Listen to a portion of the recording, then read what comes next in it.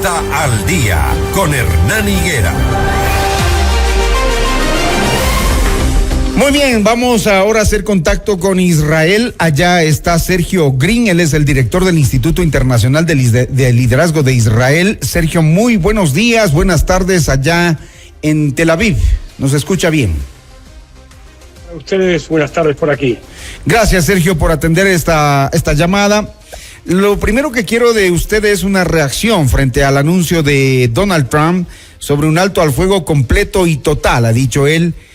El ambiente que viven ustedes ahora en Israel, concretamente en Tel Aviv y sus cercanías, ¿es, digamos, de sentir ese cese al fuego? Si hablamos de lo que sucedió aquí a las 7 de la mañana, sería todo lo contrario. Si hablamos también del misil disparado hacia el norte de Israel durante la mañana de Israel, tampoco sería ese el sentido o el sentimiento que predomina.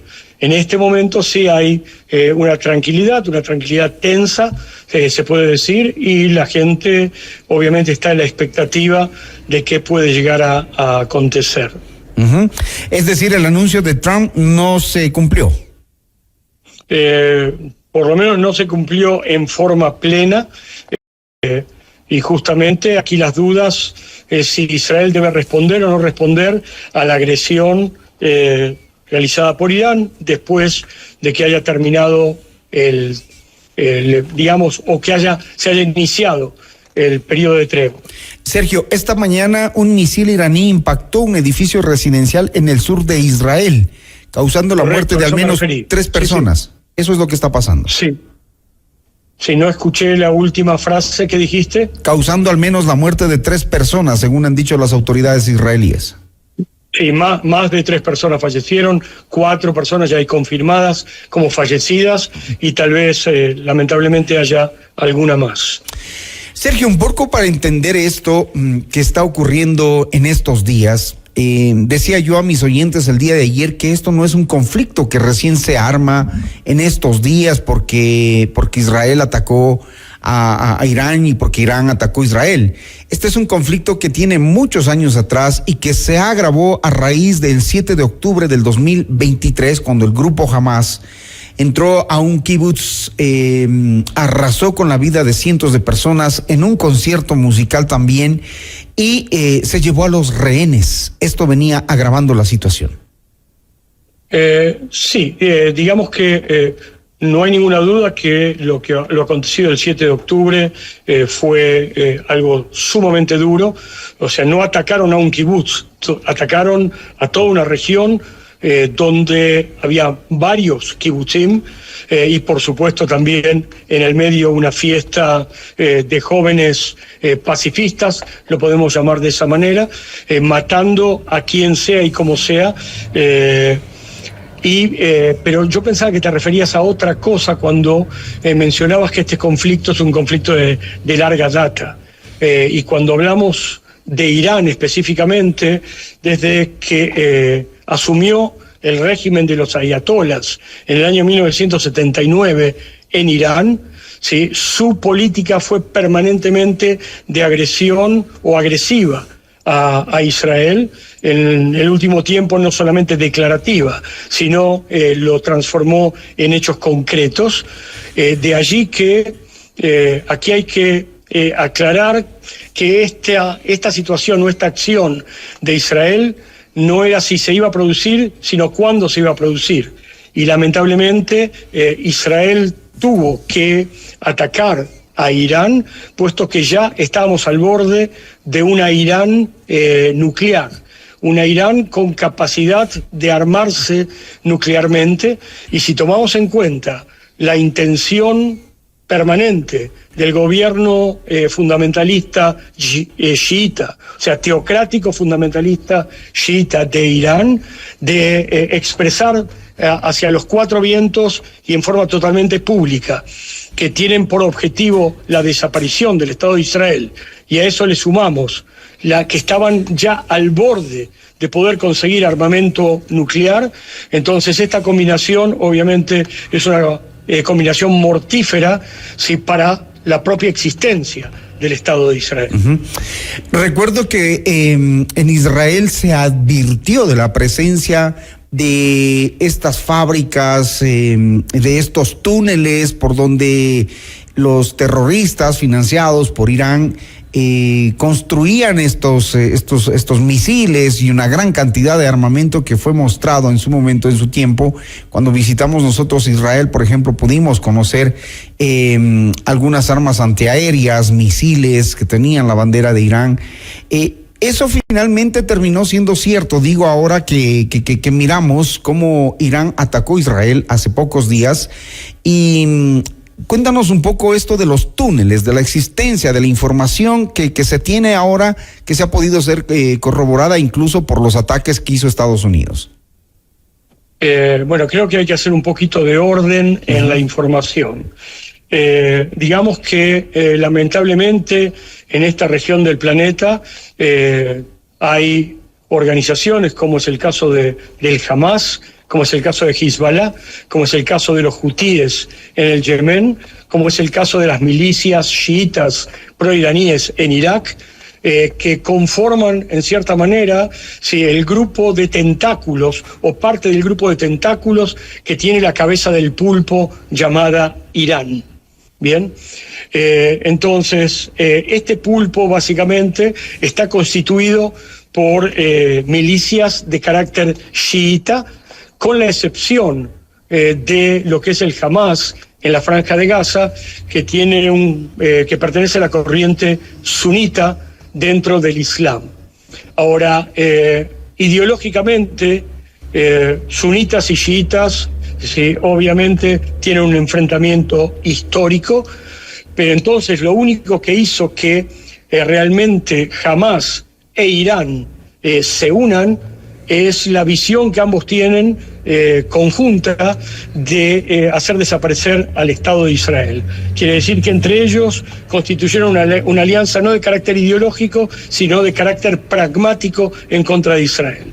Cuando tú te refieres a los túneles, tal vez te estás refiriendo a que el Hamas en la Franja de Gaza, en vez de utilizar todos los fondos internacionales que vino recibiendo hasta el día de hoy, en vez de construir el mejor país del planeta, lo que hizo fue tratar de construir la mayor cantidad de infraestructura, entre ellas una infinidad de túneles, con el propósito de destruir al Estado de Israel. Y como tú bien dices, todo lo que en su momento se hablaba en la teoría, el 7 de octubre fue demostrado que tenía una fase muy concreta y práctica, y de ahí es que se realizó el ataque. Un ataque que estaba planificado en su momento hacerse con todos estos aliados que mencioné anteriormente, pero entre ellos tuvieron un desajuste en los tiempos y el Hamas decidió el 7 de octubre pasar a la acción sin haberlo coordinado con el director de orquesta llamado Irán. Cuando hablas de túneles en Irán, no más que túneles, estamos hablando de instalaciones subterráneas para el enriquecimiento básicamente de uranio, que es la materia prima que ellos necesitan para poder producir el armamento atómico. Otra vez estoy hablando de un Irán, el cual es uno de los países que más capacidad petrolera tiene en el mundo, ¿sí? Y que siempre utilizó como excusa que todo su desarrollo nuclear lo iban a utilizar para lo que es el desarrollo civil de la energía. ¿Sí? No sé qué necesidad realmente tenían de desarrollar el tema nuclear para lo civil. Obviamente, por lo que dije anteriormente, su objetivo era netamente militar. Sergio, ¿cómo ha cambiado el modo de vida ahora en Tel Aviv y en Israel en general? ¿Cómo es el día a día hoy? Hoy el día, digamos que hay normas de parte de lo que es la defensa civil de Israel, que es un órgano que pertenece al ejército del país, sí, pero la defensa civil define las directivas de lo que se puede y no se puede. Por ejemplo, hasta el día de hoy el sistema educativo funciona online. Sí, por ejemplo, solamente pueden ir al trabajo los trabajadores que están definidos como vitales. Digamos que para que el mundo lo entienda, es algo muy similar a lo que acontecía en los momentos que todos sufríamos de la pandemia, del COVID. Uh-huh. El hecho de que se haya dado un cese al fuego, que Sergio nos ha corroborado que no ha habido tal por los ataques de esta mañana, ¿cómo recibe la población el hecho de que Irán califique de un engaño a las declaraciones de Israel y Estados Unidos refiriéndose al cese al fuego? Irán dice que van a seguir con los ataques. Digamos que otra vez, yo definiría que estamos en un periodo que suele suceder a estas alturas cuando se define un cese de las hostilidades. Sí, es decir, como que quién tira el último disparo realmente. Entonces creo que habría que darle tiempo a esta posibilidad de cese de fuego, por lo menos hasta el final del día, para saber si realmente uno puede decir sí, hay cese de fuego o no hay cese de fuego. Uh-huh. No creo que sea algo muy diferente a lo acontecido en otros conflictos de características no iguales, pero sí similares. Y vuelvo a aclarar, yo creo que es muy difícil poder explicar al mundo todo lo que significa un conflicto existencial. Es decir, porque los conflictos entre países, y ustedes tuvieron el suyo en su momento, tienen que ver con definiciones de fronteras, tiene que ver con a quién le pertenecen tales o cuales recursos naturales u otro tipo de situación. Aquí se trata de que hay entidades y regímenes en el mundo que no aceptan la legítima existencia del Estado de Israel dentro del concierto de las naciones. Por lo tanto, es algo bastante difícil de poder captar. Claro. Y la población israelí eso lo entienden hacía mucho tiempo acá en Israel, que tiene una democracia realmente muy viva, ¿sí? Y efervescente, llamaría también. En este momento hay un consenso prácticamente desde la oposición al oficialismo casi total, que esta operación era totalmente necesaria para no tener que encontrarse el día de mañana, y cuando digo mañana muy pronto, y no solamente mañana en forma metafórica, ¿sí? Frente a una Irán nuclear. Uh-huh. Y en este punto, ¿qué pasa con el tema de los secuestrados, Sergio? ¿Cómo quedó ese tema? Gracias por tocar ese tema que es tan importante y sensible para toda la población de Israel, y que muchas veces en el mundo está totalmente olvidado. ¿Sí? Y esto cuando hablamos de los secuestrados, ustedes habrán visto en imágenes, no importa la edad, no importa si la persona está enferma o sana, no importa el sexo, no importa incluso el origen étnico o religioso de la persona. Cuando se produjo el ataque del 7 de octubre, era matar, asesinar, violar y secuestrar a toda la gente posible como mercadería de cambio y, por supuesto, de presión hacia Israel. Ojalá que esta situación, que en cierta manera podría dibujar un nuevo Medio Oriente, ¿sí? Nos pueda abrir las puertas para que la negociación frente al Hamás e incluso la guerra frente al Hamás, ¿sí? Finalice y esta gente pueda volver a su casa. Hay que recordar que en este momento tenemos 20 secuestrados vivos, ¿sí? Que están allí más de 600 días secuestrados en las condiciones que ya pudimos escuchar de otros secuestrados que volvieron al país a través de negociaciones o a través de rescates, y lamentablemente hay 30 personas que ya sabemos que están muertas. Es muy importante también resaltar otra vez, sí, que tanto el caso del Hamás, que es un grupo fundamentalista, dictatorial en la Franja de Gaza, otra vez repito, es una dictadura, ¿sí? En la Franja de Gaza, y el fundamentalismo chiita, que es quien gobierna hoy en día la teocracia chiita de los ayatolas en Irán, ¿sí? Son estos dos regímenes contra quien lucha el Estado de Israel. Israel no lucha contra el pueblo palestino, Israel no lucha contra el pueblo iraní. Nosotros no queremos hacer desaparecer a nadie del mapa. La diferencia está que ellos sí pretenden hacernos desaparecer a nosotros. Muy bien, Sergio, esperamos que la situación mejore. Hay una amenaza de Irán sobre el suburbio de Ramat Gan en Tel Aviv. Han advertido a la población del suburbio de Ramat Gan en Tel Aviv a que evacúen la zona. Esa es una advertencia iraní que está latente. ¿Esa zona dónde queda?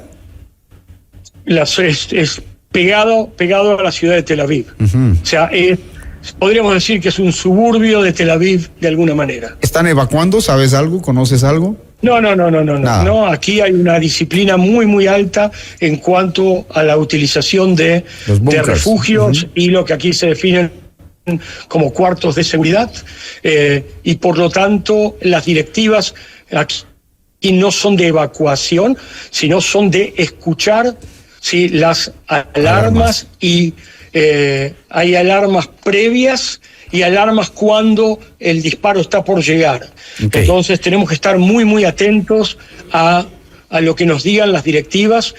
Todo poblador recibe el mensaje de la alarma en su teléfono celular.